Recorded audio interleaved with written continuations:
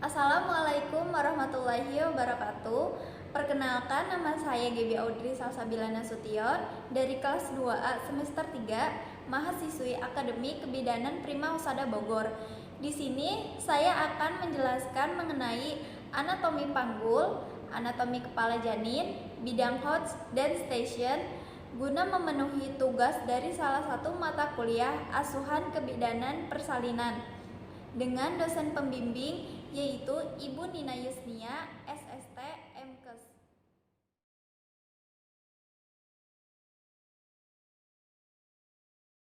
Di sini saya akan menjelaskan mengenai anatomi panggul pada wanita. Panggul atau pelvis adalah salah satu faktor yang mempengaruhi persalinan.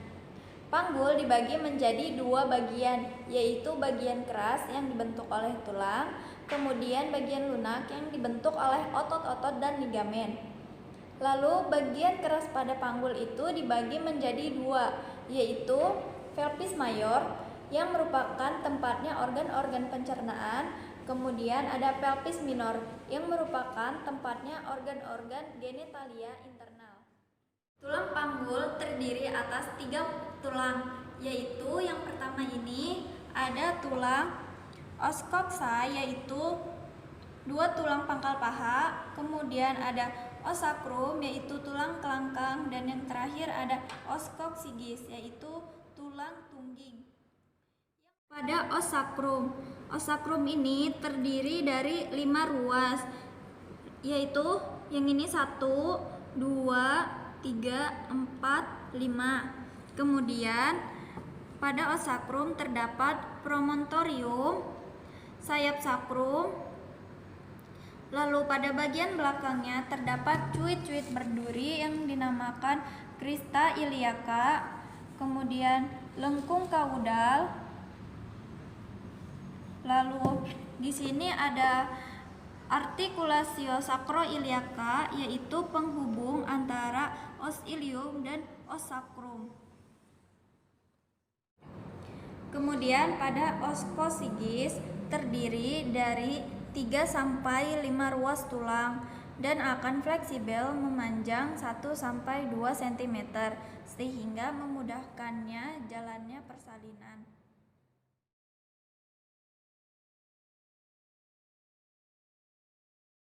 Selanjutnya, saya akan menjelaskan mengenai bidang Hodge. Bidang Hodge ini digunakan untuk menentukan bagian terendah janin masuk ke dalam panggul dalam persalinan. Bidang Hodge ada 4. Yang pertama itu ada bidang Hodge 1. Bidang Hodge 1 ini merupakan bidang yang datar yang terbentuk dari atas simfisis sampai promontorium. Kemudian bidang ini dibentuk pada lingkaran PAP, yaitu pintu atas panggul. Kemudian bidang Hodge 2. Bidang Hodge 2 ini sejajar dengan bidang Hodge 1, tetapi dia berada di bawah simfisis. Kemudian ada bidang Hodge 3. Bidang Hodge ini sejajar dengan bidang Hodge 1 dan bidang Hodge 2, tetapi dia berada setinggi spina ischiadica. Kemudian ada bidang Hodge 4. Bidang Hodge 4 ini sejajar dengan bidang Hodge 1, 2, dan 3, tetapi dia sejajar juga dengan oskocigis.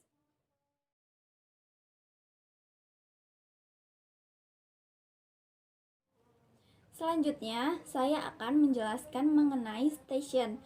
Station merupakan hubungan antara bagian penting bawah presentasi dengan garis imajiner yang ditarik dari garis spina ischiadica.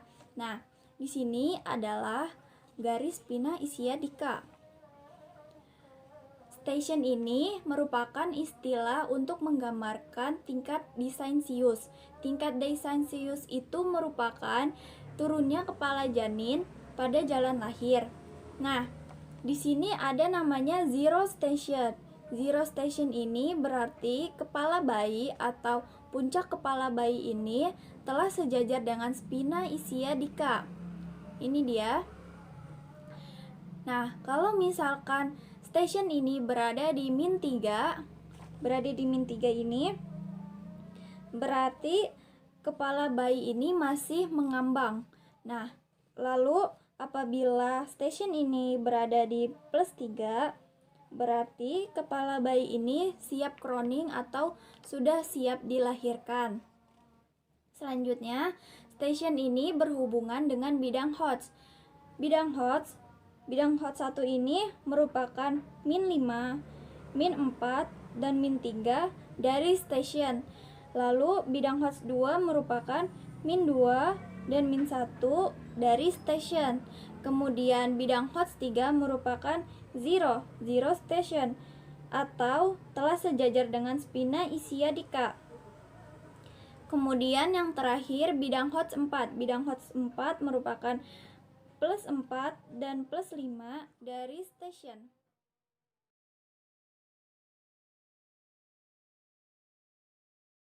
Selanjutnya, saya akan menjelaskan mengenai anatomi kepala janin. Kepala janin sendiri yaitu kranium yang dibagi menjadi 2 bagian, yaitu bagian muka dan bagian tengkorak. Pada bagian muka terdapat os nasalis yaitu tulang hidung, lalu ada os zygomaticum yaitu tulang pipi, lalu ada os maxillaris yaitu tulang rahang atas, lalu ada os mandibularis yaitu tulang rahang bawah, kemudian yang terakhir ada os mantum yaitu tulang dagu. Selanjutnya bagian-bagian tengkoraknya. Yang pertama itu ada os frontalis. Os frontalis ini adalah tulang dahi. Kemudian ada os temporalis yaitu tulang pelipis. Bagian sini itu namanya tulang pelipis. Kemudian ada os parietal yaitu tulang ubun-ubun. Kemudian yang terakhir ada os occipital yaitu tulang bagian belakang kepala. Selanjutnya, saya akan menjelaskan mengenai sutura. Sutura adalah pemisah antara tulang yang satu dengan tulang yang lainnya. Yang pertama itu ada sutura frontalis. Sutura frontalis ini memisahkan antara os frontalis destra dengan os frontalis sinistra. Lalu yang kedua ini ada sutura coronaria. Sutura coronaria ini memisahkan antara os frontalis dengan os parietal. Lalu yang ketiga ada os sagittalis. Os sagittalis ini pemisah antara os frontalis destra dan juga os frontalis sinistra. Lalu yang terakhir itu ada sutura lamboidea. Sutura ini memisahkan antara os parietal dengan os occipital. Selanjutnya di sini itu ada sinisput dan occiput. Nah, sinisput ini terdiri atas 4 sutura, yaitu 1 sutura frontalis, 2 sutura coronaria, dan 1 sutura sagittalis. Lalu pada occiput terdiri atas 3 sutura, yaitu 1 sutura sagittalis dan 2 sutura lamboidea. Selanjutnya, saya akan menjelaskan mengenai diameternya. Yang pertama itu ada suboccipitobregmatik, yaitu dari foramen ini sampai ke ubun-ubun besar ini. Jaraknya ini 9,5 cm. Kemudian yang kedua itu ada suboccipitofrontalis, yaitu dari foramen ini sampai ke titik pangkal hidung ini. Jaraknya ini 11 cm. Kemudian yang ketiga ada frontooccipitalis, yaitu dari titik pangkal hidung ini sampai titik terjauh di belakang. Ini jaraknya 11,5 sampai 12 cm. Kemudian yang keempat ada mentooccipitalis, yaitu dari ujung dagu sini sampai titik terjauh ke belakang. Ini jaraknya 13,5 cm. Nah, sekian video yang bisa saya sampaikan mengenai anatomi panggul, anatomi kepala bayi, bidang Hodge, dan stasiun. Semoga bermanfaat. Kurang lebihnya mohon maaf. Wassalamualaikum warahmatullahi wabarakatuh.